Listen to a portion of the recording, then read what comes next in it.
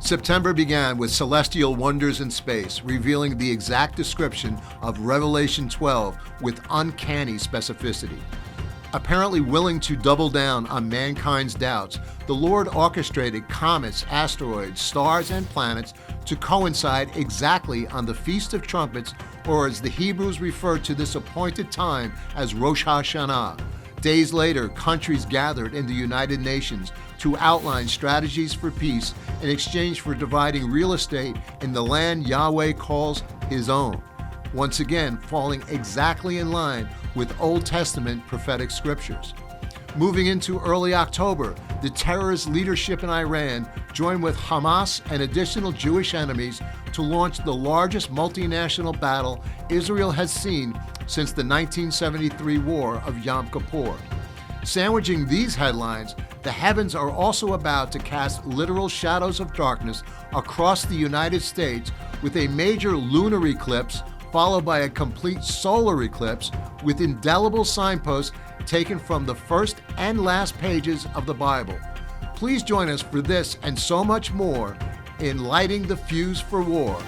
Headlines Meets Prophecy, October and September 2023.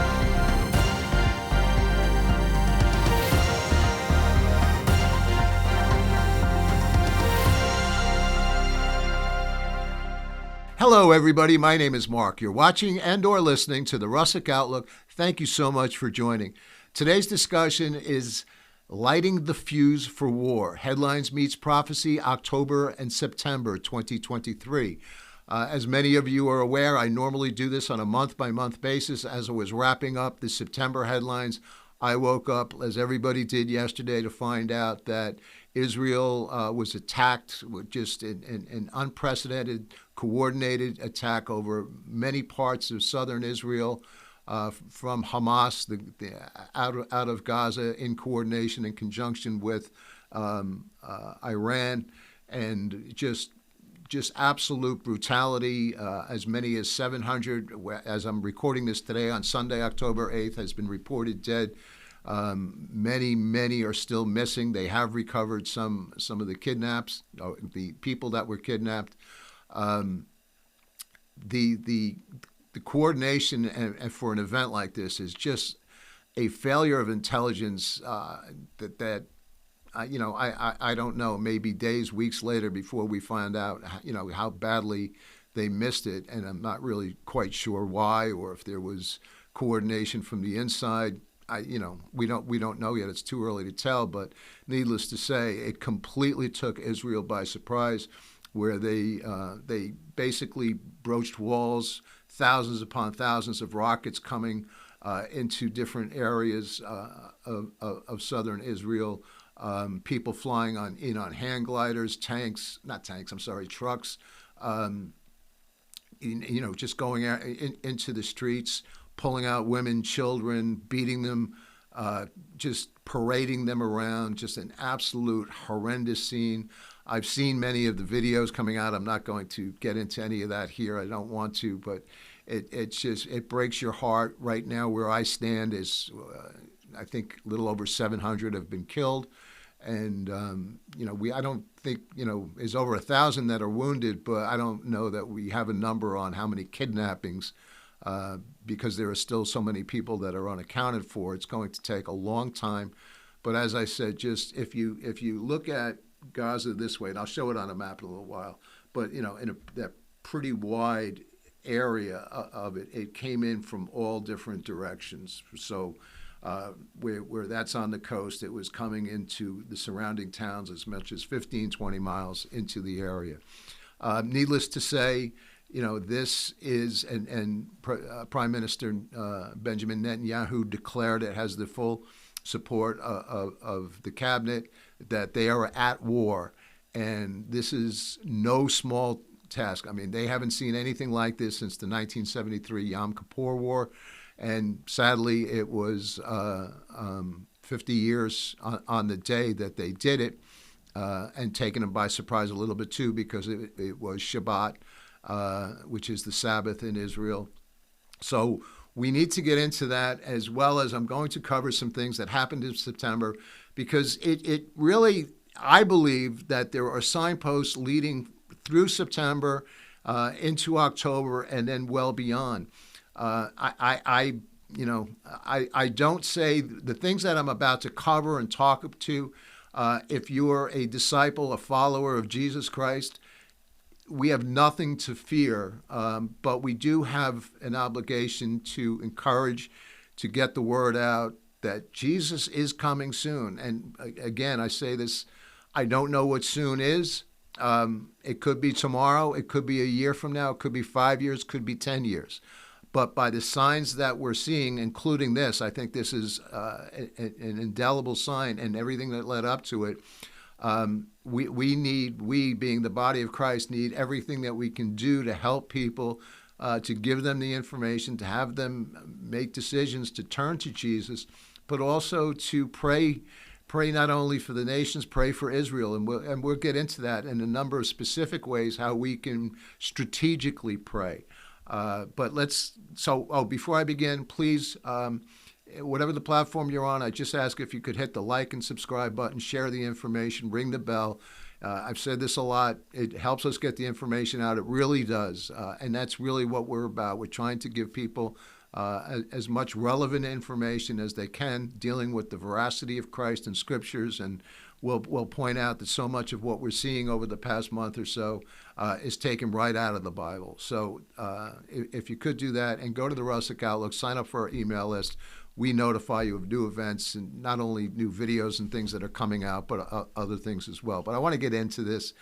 So again, lighting the fuse for war, headlines meets prophecy, and I'm going to combine September and October of 2023. So I'm just showing you here on video just some of the images that we've seen, of what was taking place.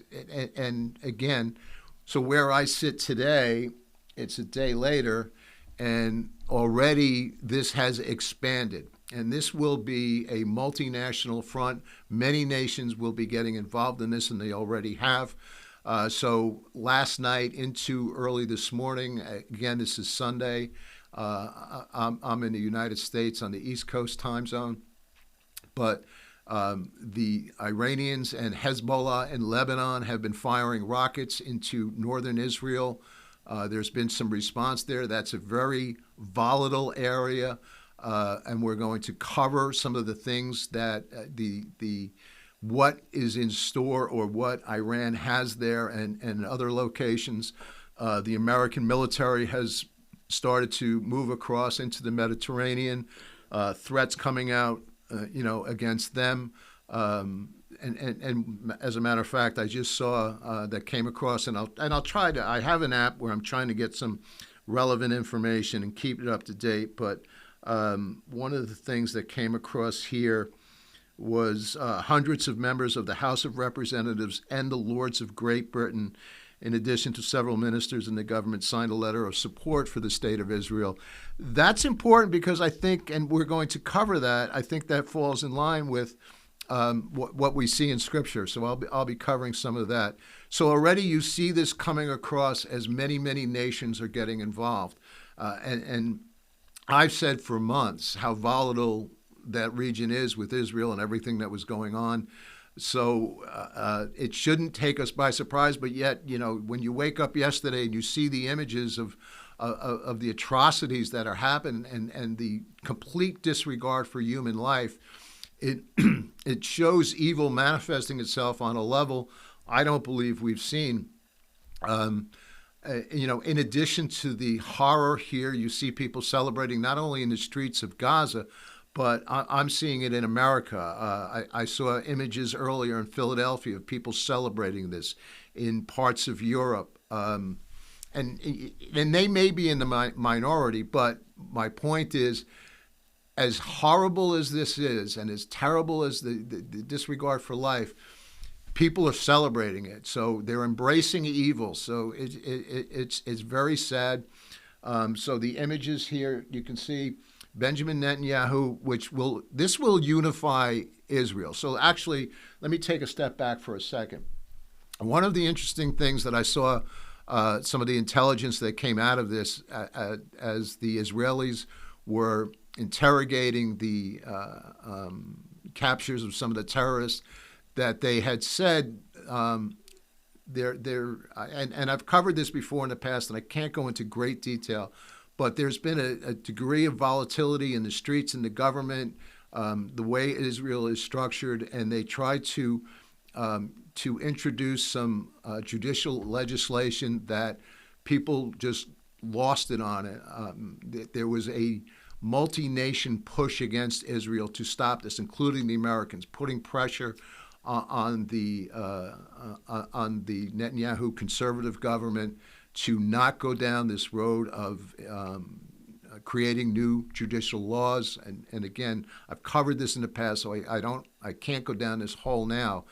But there's been protests on and off, more on than off, for the past year or so, or I say 9 months, where you had even at times over 100,000 in the streets of Tel Aviv, thousands in Jerusalem protesting it, and again, pressure being put on by other nations, including the White House here pressuring Netanyahu. So it would be equivalent to Israel saying to us, if we were going to do some restructuring in our judicial system, Supreme Court, that they would be protesting us and telling us what to do. So, this is Israel's business. But because of that uncertainty, and then you had people in the military who were saying they weren't going to report to duty. You had doctors saying they wouldn't report to their patients or to their hospital physicians. So it was a fractured situation.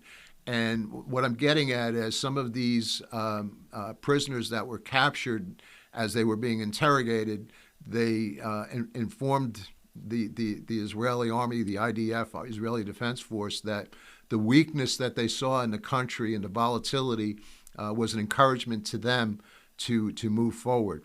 But I would say this will have the opposite effect. This will unify Israel. People are coming up. I've come to understand there are many Jewish people around the world who are offering to come home to Israel to get involved in the fight, and they're going to need it. Ultimately, ultimately everything is going to work out the way the Lord has it. But we, being people of faith, if you are a disciple of Jesus Christ, if you're a Christian, where to pray. And we're going to talk a little bit about how to pray strategically for the situations. But for people, who are somewhat savvy, I'll say, in terms of what's going on in the world and what the Bible says about the events that we've seen over the past year or two, it shouldn't take us by surprise. But yet, when you see it, it's hard to grasp. But to me, this just kicks off another phase of the time clock of the return of Jesus, which is why it's so important to get this information out. So again, I'll show you the images here on video. You see this, the explosions from Gaza, buildings being destroyed, rockets, and civilians, people who have nothing to do with it, whether you're Arab or Palestinian or Jewish. You want to live your life in peace. You want to just be a productive person, potentially. And, a lot of them, they have no say in it because of what we've seen.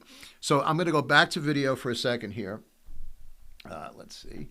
I'm going to show you in the upper left corner all of the areas. You see where Gaza is, and all of the areas where bombs and missiles took off from Gaza, where you see those red dots. That's how many areas of the nation were simultaneously attacked. This all went on simultaneously, as well as people flying in on hang gliders, trucks, on the ground, in just complete brutality.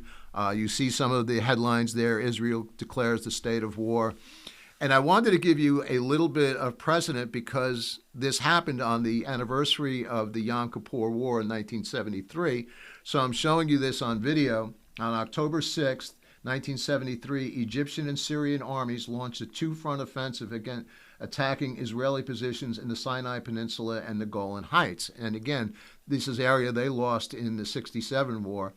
And then it gives you a little bit of the history there. The U.S. launches a massive airlift of military supplies to help Israel.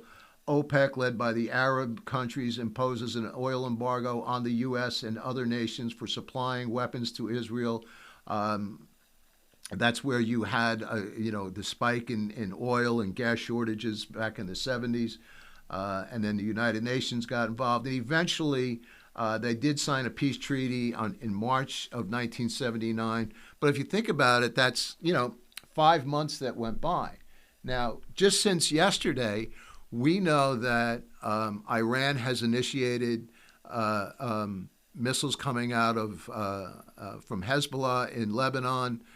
So now you have the fighting going on in the northern front as well as coming in from the west off of the Mediterranean coast. And I think I had it on that video there. Gaza is the most densely populated area of the world. So in that strip of land, now you figure Israel is roughly the size of the state of New Jersey, and then you could see that what I would say was almost be like a county, but yet you had 3.2 million people in that area. So now I'm going to do a little bit of backtracking. I've covered some of this in my recent 2 videos because of the headlines, but I believe what I'm about to walk you through had a great deal of influence for what we saw in this attack yesterday. So back to video.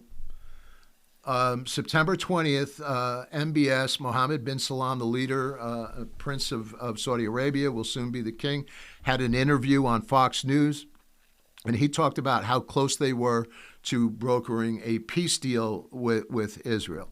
And I will say that since Netanyahu came into office again in December, I believe, he stated right up front his principal goal and objective is to get Saudi Arabia into the Abraham Accords or some type of structured peace agreement. And, they supposedly had a hand in helping the first 4 nations get involved, meaning Saudi Arabia. There's been cooperation that's been going on for the past year or so. They've been sharing intelligence. They're now able to fly, and you see this. I'm going to show this in a second. Matter of fact, I'll go back to video. So one of the other things that happened was the exchange of ambassadors and dignitaries from one another's nations. That happened in September 26th. And again, a year or 2 ago, you couldn't fly in Saudi Arabian airspace as a Jew. So, now to have these exchanges, and then at the same time, Saudi Arabia was meeting with the Palestinians, including Mahmoud Abbas in the West Bank and Fatah. They very much wanted to have a hand in the structured deal of the Temple Mount. So right now that's being controlled by Jordan, and supposedly this was some of the information that was on the table, that they would work out a deal so where Saudi Arabia has Mecca and Medina, then they would have control of the Al-Aqsa Mosque. So you have the 3 holiest sites in Islam there. At the same time, for the past 5, 6, 7 years, Saudi Arabia and Iran have been not only at odds, but they've had military engagements. They've had a pseudo peace deal orchestrated by the Chinese a few months ago, but that looks to be, on paper only. So and we're going to cover it, but it's a Sunni-Shia clash, and I'm going to get more into that because it has a lot to do with what we're seeing in Israel today. So you have this exchange of dignitaries. Then I showed you a picture of Benjamin Netanyahu. So in the United Nations on September 22nd, I believe, he laid out a speech outlining a structured new peace deal with Saudi Arabia, citing many different Old Testament scriptures. He talked about a real pact with Palestinians, a broader recognition between Jerusalem and Mecca, Judaism and Islam, along with the descendants of Isaac and Ishmael. He said this would bring forth blessings of a new Middle East and a time of peace. So this was a major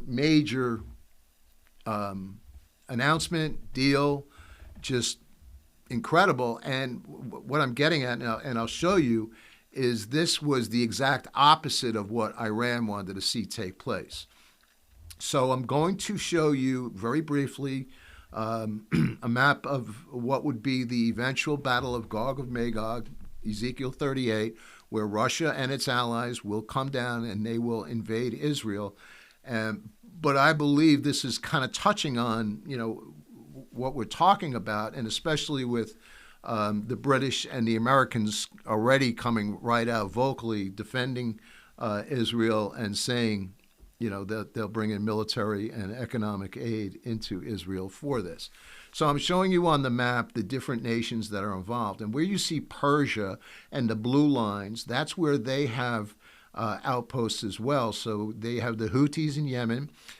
They have Hezbollah in Syria. They have their royal brigade.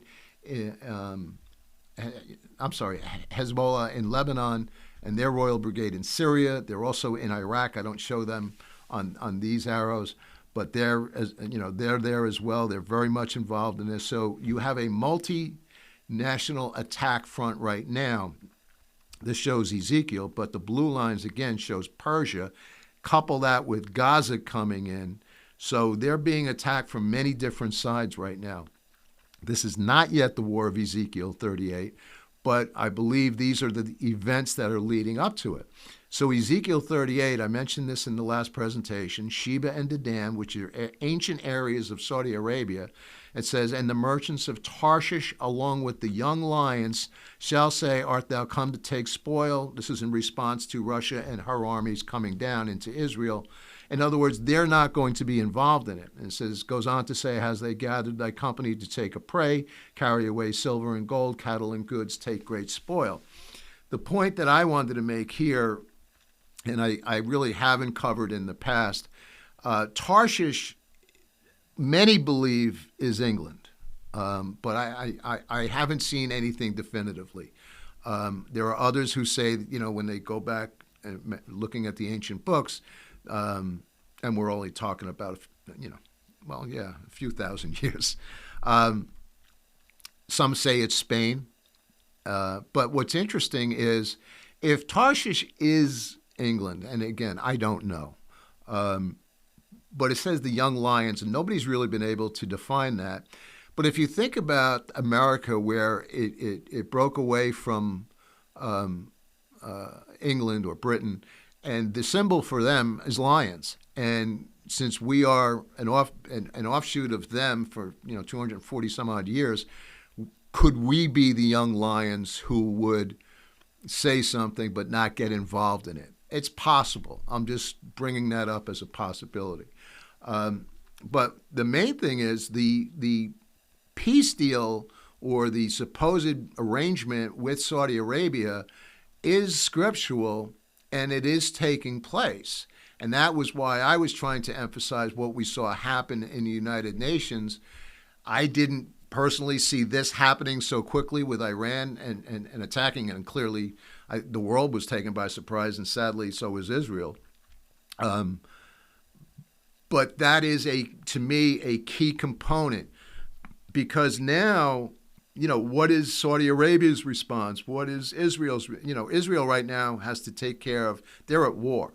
So all of that in terms of deals and structures and whatnot, that's off to the back burner. But what is going to happen in the future, this will all come into play. Everything that we're seeing today will come into play for, what will be the eventual structured peace deal, which will be orchestrated by the Antichrist. So I wanted to give you, again, a little bit of history for Land for Peace, because sadly, there's a great deal of people who I think personally are ignorant of, and by that I don't mean stupid, I mean not aware of the information and the history of the land of Israel. And that is their land, that is their right, and it's a small inkling compared to what the Lord has said is rightfully theirs if you go back to Genesis. But they've been trying for 50 years to try to get Land for Peace. And so you had in 1979, I'll put this up back on video. Israel ceded the Sinai. That was part of their peace agreement with Anwar Sadat. And, so they have peace with Egypt today. Then in 2000, Israel withdrew from the security zone in southern Lebanon. That was a bit of a disaster because Israel had to go into Lebanon, and there was a great deal of casualties there. And then Israel completed the 100% withdrawal from Gaza in 2005, excuse me, which was partially orchestrated by the United States, and that would have been under the Bush administration. And I remember, them bulldozing and taking down settlement and housing that Jewish people had there. So that's there now. And ever since then, you've had a number of intifada's come out of there. And just for a frame of reference for people, this is the area, the representation of what was formerly, under Egyptian guidance, and a lot of the history that stems from it is the Muslim Brotherhood right into Gaza. And there used to be, and there still may be, underground tunnels between Egypt and Gaza. This is how a lot of munitions and arms were smuggled into there. I know the Israelis had destroyed a lot of that. But this whole land for peace thing has always been on the table. It's never worked. It never will work. We can just look at the Bible and see that. So, but yet people will continue to do it. And that will eventually be, once that deal is struck, and if you're, if you're a believer in Jesus, we will be out of here. And I know some people, this has to do with the rapture and the timing. Some people I know don't believe in a rapture or post or mid-trib. I've said this before. I've covered this. There's no way I can reconcile that there's not a rapture when I look at the scriptures. It's abundantly clear both in the Old Testament and the New Testament. And some people will go on and be silly as to say, well, there is no word there for rapture. But there is, just in other languages. But I'm not going to get into that. So, but at any rate, it's all leading to that peace deal, which will be structured by the Antichrist, and it will be something that the Israelis will buy into, and it will last for 3.5 years, the first 3.5 years. So now I want to bring you up to speed from September to this instigation of war by, I would say, is by the Iranians, because they're really the ones who are pulling the levers on this. So let's go to video. So let's talk about, on the lower left, what this was all about with the United Nations. The U.S. would provide security and coverage to Saudi Arabia because, remember, they don't trust Iran. They're at war, not officially, but they know that the Iranians have their nuclear facilities being built up. Supposedly, it's believed they have as many as 4 bombs now. And again, this is a matter of Sunni-Shia disagreements. And just real briefly, the Sunnis, which is the majority of Muslims in the Middle East, but there's a lot of Shias. The Shias have an end-time eschatology that believes that they're waiting for the 12th Imam who is going to come up. It'll be almost like a young child or 12, 13-year-old boy. But what needs to happen is the destruction of Israel and a total de-escalation of organization on a global scale. So they believe, in order to usher in the return of the Imam and the return to glory, and as God or Allah has established things, that they need this to wipe Israel off the face of the map. The Sunnis go back to the lineage of Muhammad, and the royalty stems from the bloodline of Muhammad, whereas that's not the case with the Shias.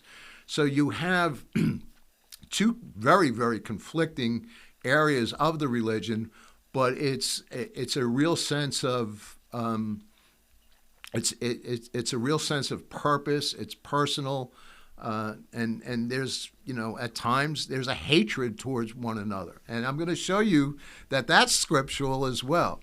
But at any rate, let me get back to the video here and showing you. So the U.S. gives that security to Saudi Arabia. They also wanted the ability to have nuclear enrichment because, they've said if Iran gets a bomb, we want a bomb. It's that kind of thing. They, in turn, would normalize relations in trade, security, technology, energy, and tourism with Israel. And then Israel would work to annex certain territories, whether it be in Judea, Samaria, or the West Bank as they know it, East Jerusalem, Gaza. They're never going to do it, but that's things that are on the table. And I think ultimately that really comes down to how much bargaining power would be available for the Temple Mount. United States, in turn, obviously gets political capital and power in the region, which, they've pretty much given so much away over the last couple of years. So needless to say, this is also at odds with Russia and China, although I haven't heard from China yet with this. So moving to the right, I'm showing you that whole Sunni Shia thing with that animation there. But this is about isolating Iran. So everything that I talked about with what the negotiations that happened with Saudi Arabia at the UN and had been in preparations, that is at complete odds with Iran. So Iran feeling isolated, I believe that they saw this was the time to pull the trigger because this peace deal was about to happen. I would say within months is really what I'm led to believe, and it's a lot of the information that's coming out. But let's look at what they have now. You have the Houthis in Yemen, who they believe they can fire long-range missiles that can reach Tel Aviv. Hezbollah, Hamas, Syria. You have 15,000 missiles in Gaza. You have 150,000 rockets in Hezbollah in Lebanon. So they can be firing, and these are not short-range missiles that you see coming out of Gaza. These are far more sophisticated. There is a barrage that they can unleash on Israel the world has never seen, and Israel's very much aware of that. And that's what's happening now on the northern sector in the Golan Heights. Then you have Syria. You have to take into account they have chemical weapons. They've used chemical weapons in their own revolution in the last 6-7 years. If you go back to 45, when he leveled that bunker buster and shut them down, said you crossed the red line. But they have chemical weapons at their disposal. So Hamas can be firing several thousand missiles a day.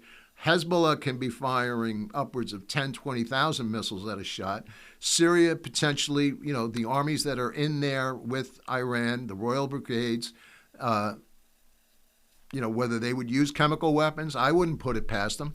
Then you have Fatah, which is the West Bank, and that's the Hamas is trying to have them engaged. They're trying to mobilize Arabs to take advantage of this time and the instability here and catching Israel by surprise to just jump on them and come at them from all different areas.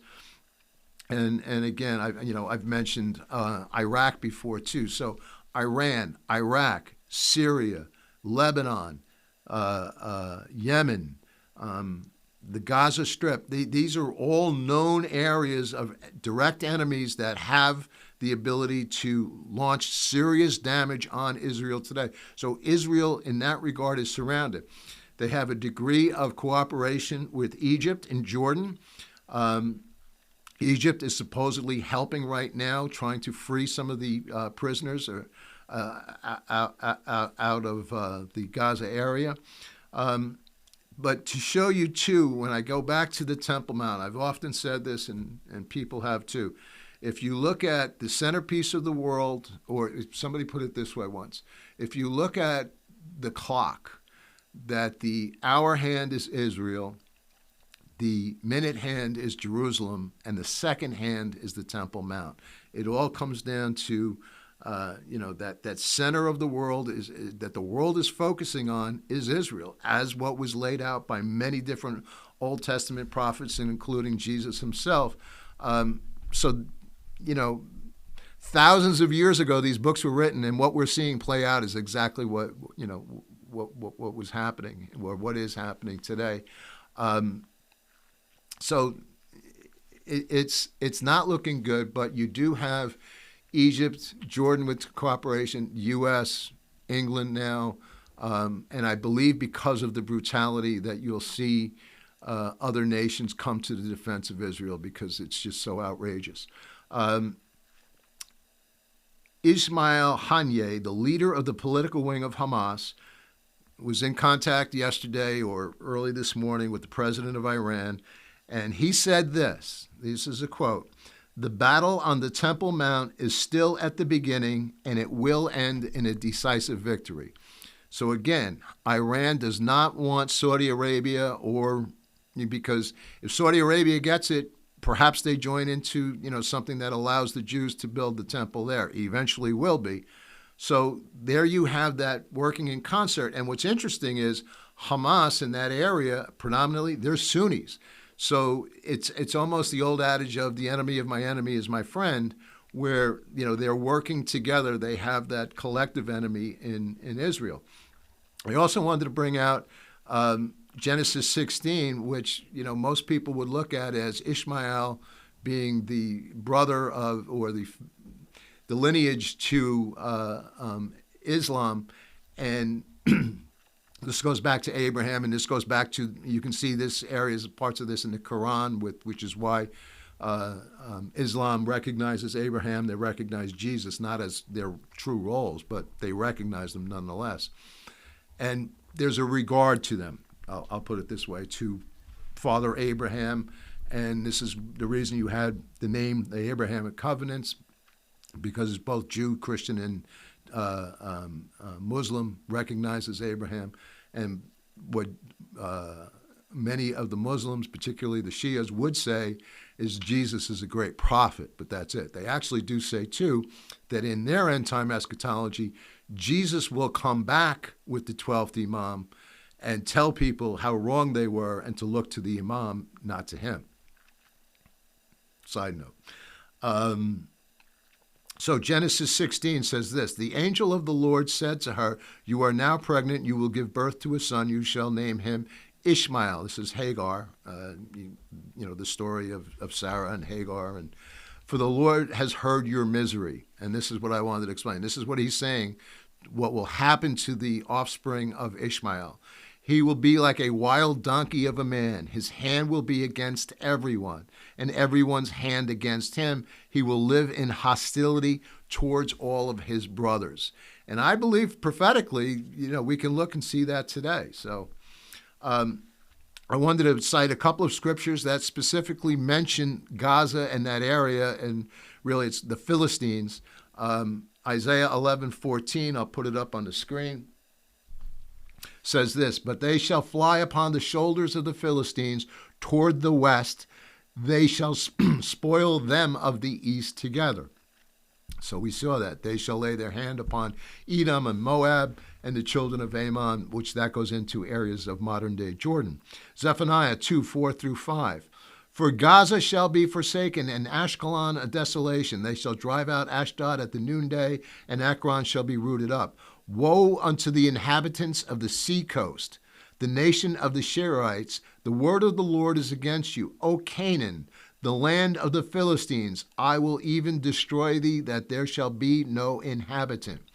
Ezekiel 25, I'm going to start with verse 15. I have 13 through 17 here, but 15 and 16 is what I want to concentrate on. It says, "Thus says the Lord God, because the Philistines have dealt by revenge, and they have taken vengeance with a despiteful heart to destroy it for the old hatred." And what do you see today? You see the old hatred. You see, if you go back to the mid to late 1800s, the 19th century, we have plenty of photographs and descriptions of what that land was. It was a malaria-infested wasteland before the Jews started building it up. But they say that because of this hatred or the scripture says, I should say, that the Lord will take vengeance. It says, therefore, thus says the Lord God, behold, I will stretch out my hand upon the Philistines, and I will cut off the Cherethims and destroy the remnant of the sea coast. Gaza, again, right on the sea coast. Interesting development came out this morning. The Russian hacker group Killant expressed support for Hamas and stated regarding Israel. And this is important because whether they enact, and this is taken upon them as just a threat or mere talk, but eventually Russia will come against Israel. Now, Israel has been trying to navigate a diplomatic tightrope between Russia and Ukraine, and they've sided more recently and given some aid to Ukraine, which has infuriated the Kremlin and Putin. So it says this, that the government, here, I'll put this up too. I got to keep cutting back and forth. The government of Israel, you are responsible for this bloodshed. Back in 2022, you supported the terrorist regime in Ukraine. You betrayed Russia. Today, Killant officially informs you of this. All of Israel's government systems will be subject to our hack attacks. So again, this is a very sophisticated, very well-known technology terrorist organization. They will attempt to infiltrate government institutions, and there's many things that could include power grids. There's so much. So that's on the table. Interestingly enough, the day this happens, there are 3 major, and by that I mean over 6.0 earthquakes that hit on October 7th. Whether this is coincidence or not, you decide. But earthquakes are certainly mentioned as birth pangs by Jesus in terms of what will be the signs of the time. 6.0 hit Mexico, 6.3 Afghanistan, 6.7 Papua New Guinea. These are serious earthquakes. Afghanistan, I know there was several hundred dead, over 1,000 injured. So that's the war. Now I'm going to go back to the UN for a second, because as happy as I was that America came out in full vocal support, 46, he made a speech sometime late yesterday afternoon, or I think it was yesterday afternoon, fully supporting, fully committing to Israel. But I will say, in the UN and behind the scenes, 46 is enacting the policies of 44. And I'm going to show you some things that were written, that were verified by a man named Tony Badran. He writes for a number of different Middle East organizations and Europe as well. But they have been all along pushing for the pre-1967 borders, which goes back to the policies of 44. So it says 46 backdoors Israel in the UN, rescinding 45's recognition of sovereignty over the Golan. And again, if you've not heard me before, when I say 44, 45, and 46, it's really to avoid those are trigger words. The names for some of the providers that our material is on. So in other words, I have to do it this way because I've been shut down a couple of times before, which is why we stream everything to Rumble, in addition to YouTube and a number of and the podcast platforms. Our online website is linked to Rumble because there is no editing. There is no, I forget the word that I want, but censoring, I'm sorry. So if we're ever censored and you watch us on YouTube, know that we'll always be on Rumble. So let me read some of the information here. The latest act in 46's administration as far as Middle East Kabuki theater is the use of Lebanon to rescind America's recognition of Israel's sovereignty over the Golan Heights. No formal announcement of this major policy shift was made. Instead, it was buried in the fine print of the UN Security Council's reauthorization of UNIFIL, the Force of ostensibly secures Lebanon's border with Israel in reprise of 44's passage of Security Council Resolution 2334 in the days of his final days of his second term. And 44 did that because he knew it couldn't get past the Congress, so he sidestepped them and went around it. And again, the push for the 67 borders. So if you look at where the West Bank is, and so if you take all of that territory, which is biblical Judea and Samaria, and then you look at the Mediterranean coast, you're only talking about a width of maybe 10 miles. So if you're Israel and you have a 10-mile border to protect your security, you're dead. You're dead in the water. So, and this is what he's pushing for. So when I see Christians supporting 44 and 46, knowing that this goes blatantly against what the Bible has to say, and I get political. I don't care anymore, because if you can't see the evil that's permeating out of Washington today, and I'm talking about from the right and the left, but the left is doing what they can to undermine everything about the structure of this country, and it goes in line with, I'm taking a side note, it goes in line with what the UN's 2030 agenda is, which they state on their website in fine print. USA will no longer be the world's superpower, so they need to take us down pegs, and unfortunately, they get help and coordination from many on the left in Washington to do just that. So again, power, money. So anyway, I've laid this all out, including East Jerusalem. So this was all going on behind the scenes at the UN in September. In addition, so 45 recognized Jerusalem in 2017 as the capital. Shortly thereafter, recognized the Golan Heights as Jewish territory, which has been all along. It's just the world refused to do it, or many were too afraid, meaning there have been past presidents going back to Bush Sr., Clinton, Bush Jr., and so forth, who have said they would do it, but they never did. 45 did, and in doing so, now 46 is trying to undermine that.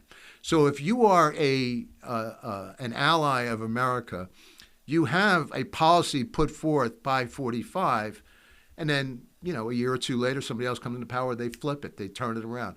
So where is your confidence in the structure of the American government? Because what we've seen over the past 15, 20 years has just been, back and forth, back and forth.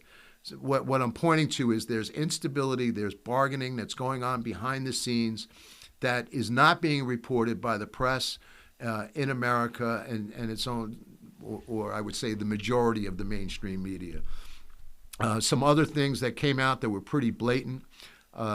The Israel was, and this has to do with the United Nations in September, Israel normalization delivering results amidst a tireless two-state solution push. Gutierrez, leader of the UN, decries escalating violence and bloodshed in the occupied Palestinian territory. They like to use the word occupied. Again, it's anti-Semitic. 46 has been pushing the resolution with Saudi Arabia, and they want to see it, while they're in place now, fearing the unthinkable to them that the Republicans could get in a couple of years.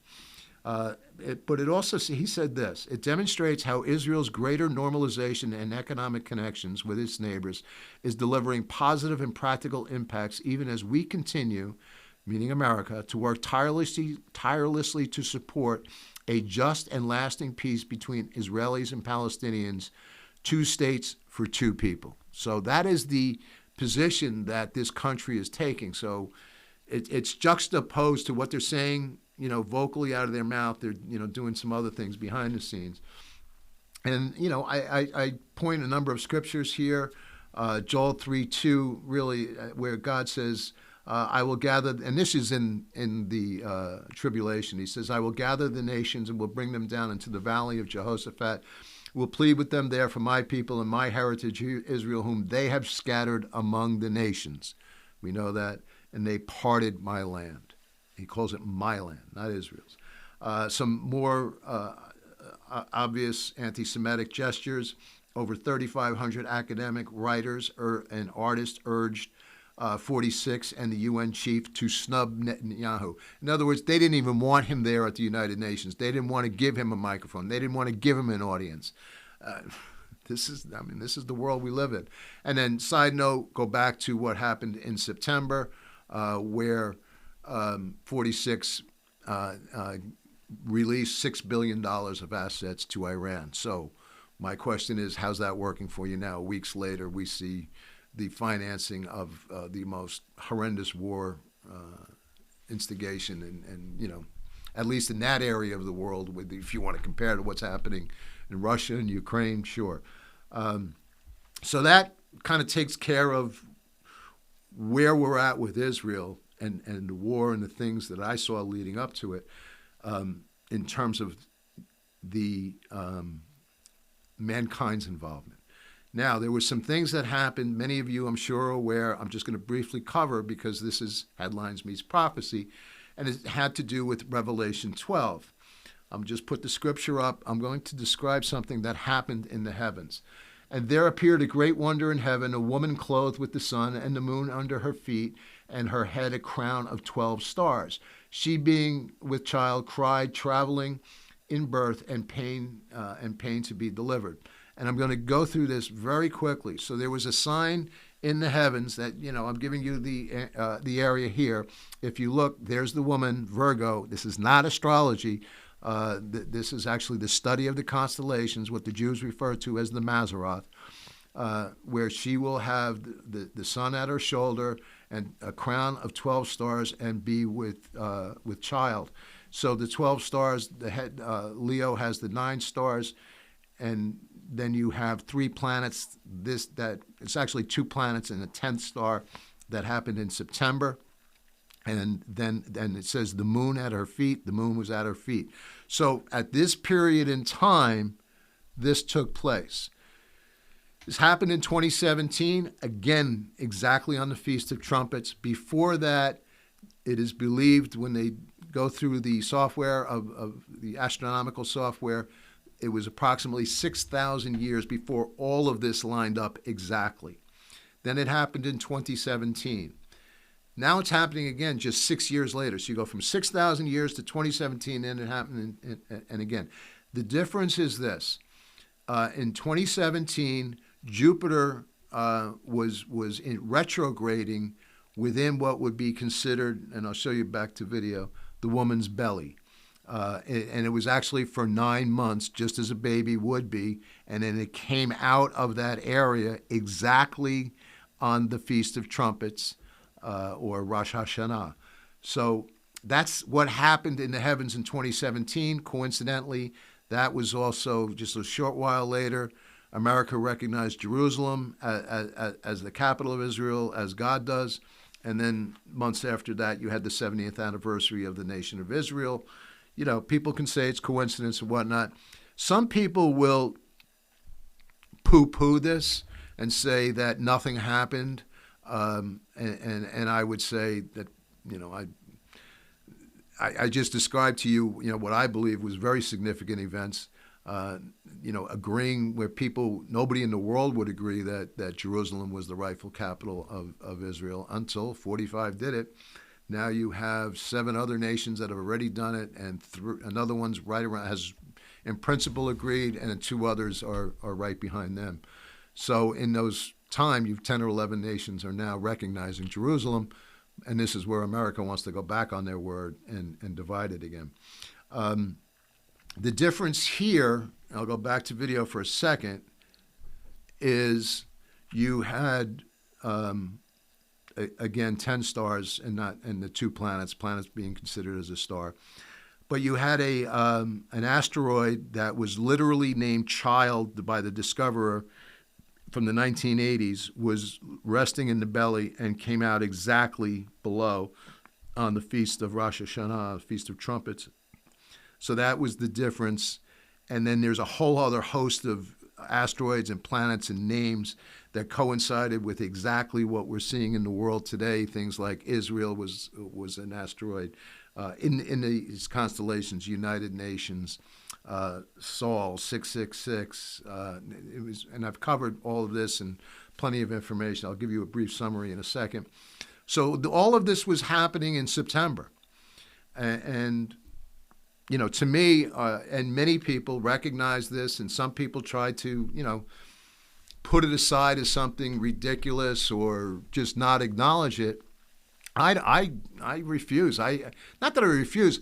I just think it's so obvious that the Lord is trying to show us something. We may not know the exact definition, and people will say, well, nothing happened because some people claimed it was going to be around the rapture of the church, and some people said it in 2023. A lot of the people, including myself, said, we don't know, but this is clearly showing us something. This is way beyond coincidence, and I'm going to show you why. I'll go to video. I'll give you, above in the blue letters, it gives you some significance as to what the signs mean in the heavens and how it is scriptural from Genesis. But the yellow highlight in red, the Revelation 12 sign reappearing during the Feast of Trumpets in September, with an unheralded amount of details that defy the most ardent skeptics and well beyond mathematical plausibility. Some examples are a comet lying relatively dormant for 6,000 years suddenly takes off in August and travels through the woman and the Virgo, travels through Leo and Virgo. The comet's name means great, eminent, and husband. We are the bride of Christ. The asteroid lying in the woman's stomach, again, was named Child in 1983. Another asteroid was at the feet, and that asteroid was called Yeshua, which was discovered by Yi Shahua in 1978. This is but a mere tiny sampling of many other asteroids and comets moving towards these constellations with names like UN, Ukraine, Laban, Israel, Elijah, Saul, and many others. And I find this completely fascinating. There are 1.3, so if you're an astronomer and you identify and you discover an asteroid or a comet or whatever it is, that element in the heavens, you, as the discoverer, have the right to name it. And then it's also given a number, so it's cataloged, if you will. And there's 1.3 million known asteroids. There's roughly 4,000 comets. And to have this comet come through, and when it's by the sun, it just, by the shoulder of the woman, it just, I think it's like, I forget, over 4 times brighter than normal, highlighting this so you can see it in the day and the night. And then you see the child in the womb of, the asteroid's named Child, and it's in the womb, and it comes and it's released out exactly on the Feast of Trumpets. And there's so many other things. Yeshua, 9 months earlier, was in that area of the belly of the woman, 9 months, and then again 9 months later, Child comes out. There is just so many things that I'm sorry. It's just the Lord to me is showing you the obvious. These are signs of what I would say His imminent return is. The other interesting thing is the comet, as it leaves, it will eventually land on a constellation in the shape of an ark or a boat. And when they look at it on the software and they try to program what that movement would be over the next 1,000 years, it doesn't move. So Christ's millennial reign is 1,000 years. And again, you can call all of these things coincidence, but these were things that were happening in September leading up to what we saw that I've just gone through.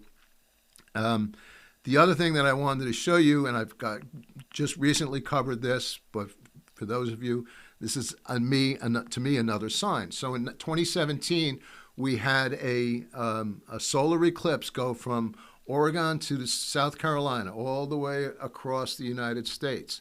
Shortly thereafter, people wondered, could this be judgment? We had the hurricane Harvey, I believe it was in Texas, and Irma in the Caribbean and Puerto Rico, just incredibly devastating. There were other events. The California wildfires broke out like crazy. This was all in October, right after this happened. Then you had the Vegas shootings and the concert where 80 some odd people were killed. All of these things took place. Was that judgment? I don't know, but it seemed very eerie.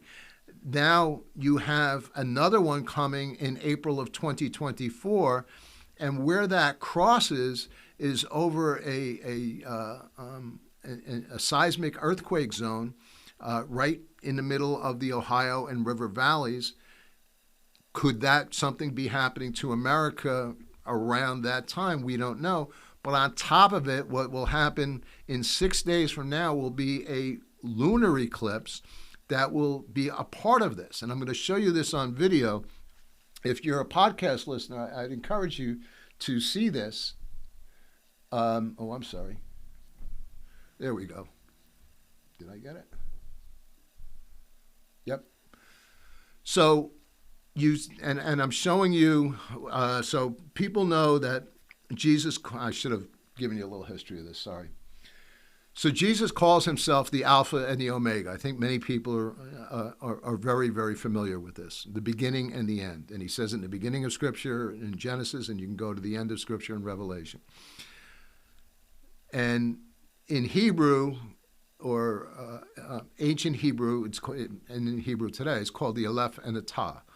And it's the first and the last letters of the Hebrew alphabet. In the old ancient way of doing it, including Arabic, the Aleph is like a sidewards A, and I'll show that, and the Tav actually looks like a cross. So people automatically, and I think with good reason, look at it as, especially the cross, as, the symbol of Jesus or Yeshua. Oh, Yeshua. So with these two solar eclipses and this one lunar eclipse, we looked at the way that this was written in the ancient Paleo-Hebrew. And so I show you, where those crossings are going to be. And you see also right where it's crossing, it's going to come up in 2024. At that intersection, it looks like a cross, and I show you that above. There's also a little town in there called Little Egypt. Coincidence? Maybe. And then, but if you see the, so you on the left-hand side coming down, you see the lunar eclipse, and this all together, what's coming down in October and 6 days from now, forms what looks exactly like the Aleph in Hebrew. So you can look at the intersection, looking like the cross. So it looks like the Aleph and the Tav. Again, people may say, oh, is that coincidence? Here's the other aspect. That whole Revelation 12 that I just described, that happened in 2017. And then you had that lunar solar eclipse. And then you have another Revelation 12 sign 6 years later. Now we're having the lunar and the solar eclipse coming in right after that. Again, is that coincidence? These are, and there's many, many other details to this that, I've covered. Other people online have covered. There's much more information that supports whether you want to call it a random coincidence. I think not. But I think the obvious is here that these are signs for the United States. And I would hope that people would get on their knees and pray and seek forgiveness. 2 Chronicles was at 2:14. If my people shall humble themselves and pray, and that I think is really what, that's the area, or that's the message that I think the world that we should get. So I'll start to wind this down. But because there was a lot to cover in leading up to this war, and I believe these are signs leading up to it. Just very briefly, Jericho does not have Jewish heritage. That's according to what was just released on September 19th. UNESCO, which is the United Nations, declared Jericho as Palestinian heritage. In other words, they want to remove history. And what happened?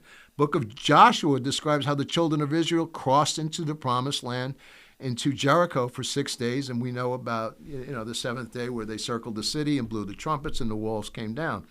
So they want to erase this, that this is not Jewish heritage. This is Palestinian heritage. So you have the oldest city in the world, or maybe the second oldest city. I think Damascus is the oldest. But I would say we've seen examples of this in America where they're removing statues and trying to remove things, documents, and just they're removing history and trying to rewrite history. Other areas of concern as we wind things down, what I'm calling the uncertainty of America.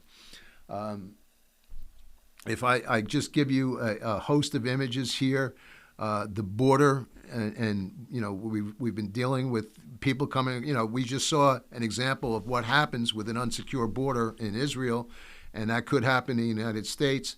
Coming in by the thousands a day. Several million have come in since 46 has been in office. And let's face it, I mean, this is intentional. This is what they want. They want the havoc. They want the insecurity. They want the more people in that will potentially vote for them, give them power.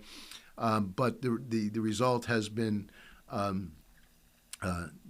overdoses of drugs and fentanyl and killing people, sexual trafficking of children.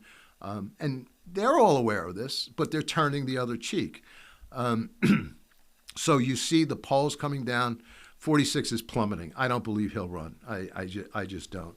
And then the more that and then you have the bizarre prosecution of 45 going all different states. And, they've been doing this to him for 7 years and they couldn't get him. How many different impeachment trials and this and that. And then the January 6th trial. And then when the Democrats lose the majority of the Congress, they wind up destroying the evidence of the Democrats' trial of January 6th, so 60 or 70% of the evidence. I mean, it's just how obvious it is that this is all as crooked, as a $3 bill, I'll call it. Then you have the impeachment inquiries. Just days ago, the Republicans voted out the Speaker of the House, so there's uncertainty there.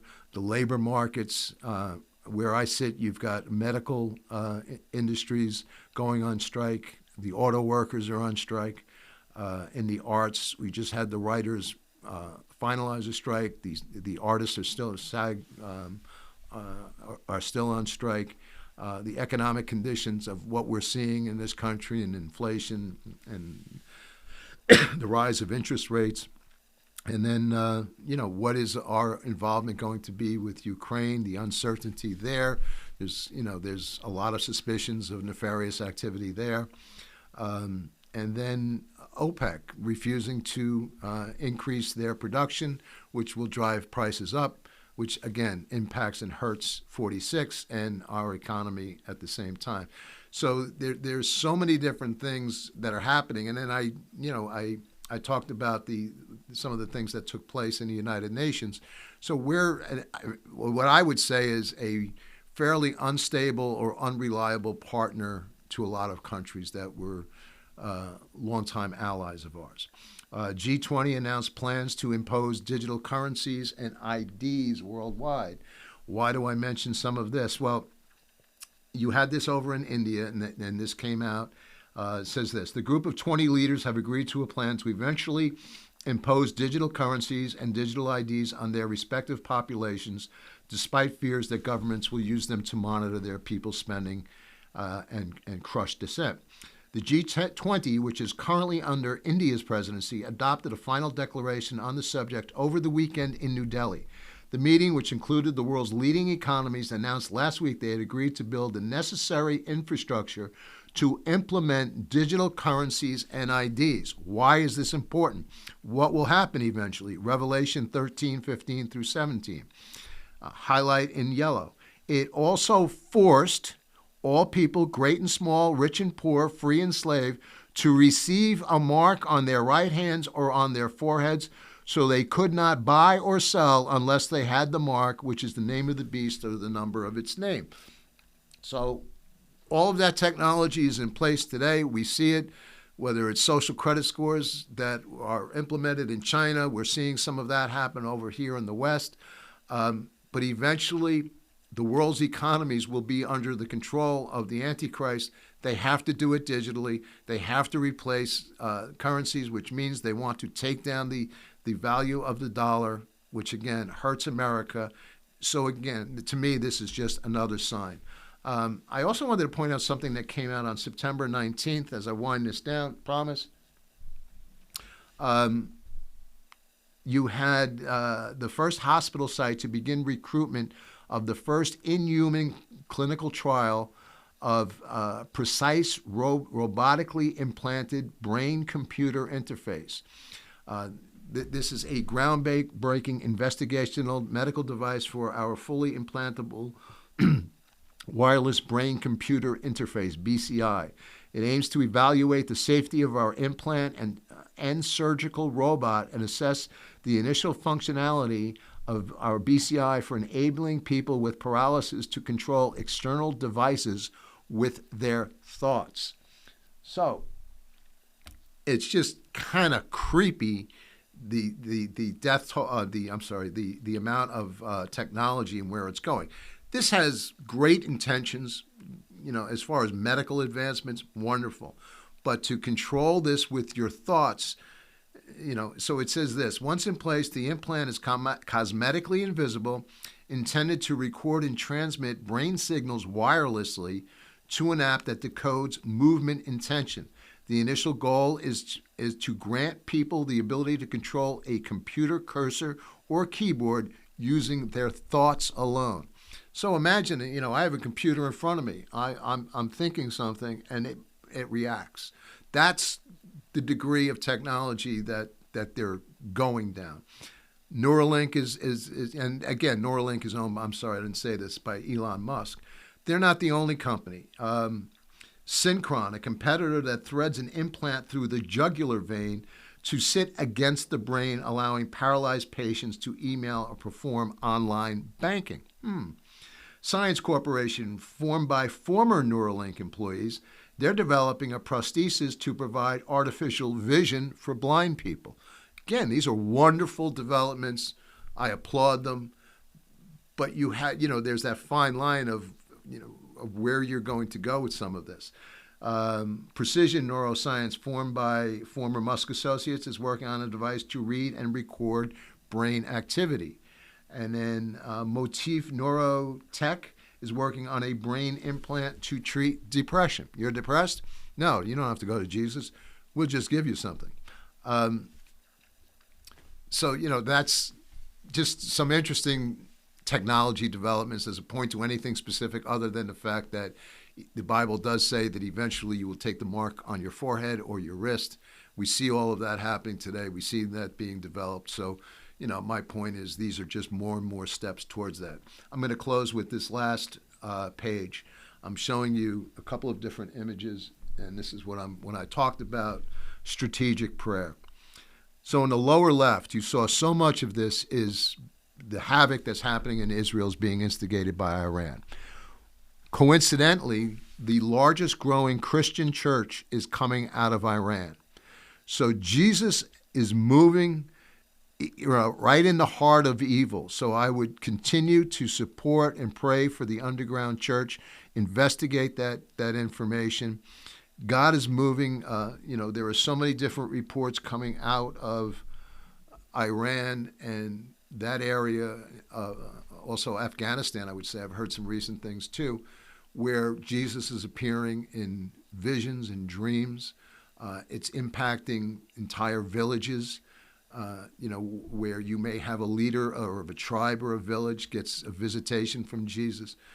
So pray for Iran, because pray for the Iranians. These are beautiful, wonderful people with a rich, beautiful heritage and culture.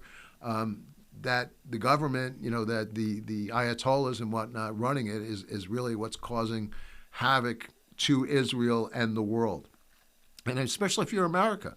There's so much bloodshed on the hands of this regime in Iran, with American bloodshed, but yet we're giving them $6 billion. Pray for Benjamin Netanyahu. Pray for his wisdom and his cabinet and the leaders and the different posts that surround him. They need the hand of God upon them. So, and I'm showing you some other leaders that impacting exactly everything we're talking about. So where I show you the cross in Psalm 122, praying for Jerusalem, just look that up. We're instructed to pray for the peace of Jerusalem.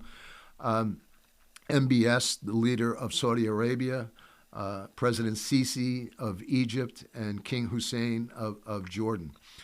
These three, you may not, and I certainly don't agree with all of their tactics and strategies and questionable reports over the years, but I would consider these three people as moderates in terms of they are trying to advance things in conjunction with many of the ideals focused by the West, but moving towards an area of peace, moving towards an area where they're accepting different religions. They are welcoming. President Sisi, I believe, last year, he helped open up one of the largest, oldest churches in Cairo. He attended, whether it was a Christmas Eve or a Christmas Mass, or I believe that's what it was. MBS is bringing in Christians. He's brought in a couple of times now evangelical delegations to consult with. So in other words, they're open to bringing the gospel into their country. King Hussein of Jordan, he's under tremendous pressure.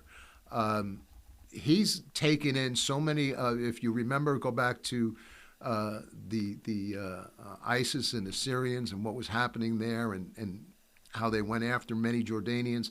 But that influx of refugees that came from Syria, where I think it was at least close to 1 million people, or maybe, close to maybe not that much, but he's had to care and provide for them. And unfortunately, at the time, that was 44, he refused to help support them. So they've got some tough economic grounds. They're trying to stay true. But nonetheless, I would say, again, these are what I would consider moderates. We need to pray for our leaders. We need to pray for 46. We need to pray for the cabinet. We need to pray for the Senate in America, I'm talking about, but wherever you are, whether it's Australia or I've heard from Canada and New Zealand and England and Denmark and Finland, wherever area, country you're from, pray for your leaders. We're instructed to do so. But I would say from a strategic prayer standpoint, we need to be praying for these leaders and for these people. They need the hand of God. They need wisdom. They need an outpouring of Jesus for sure. But right now they don't have Jesus.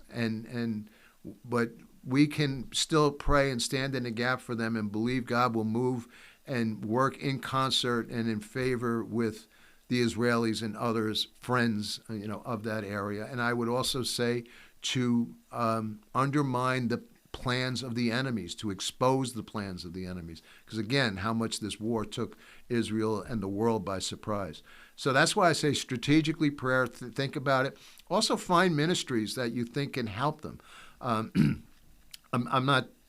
I partner with them, not on a consistent basis, but on occasion. I'm a big fan of Joel Rosenberg and the Joshua Fund.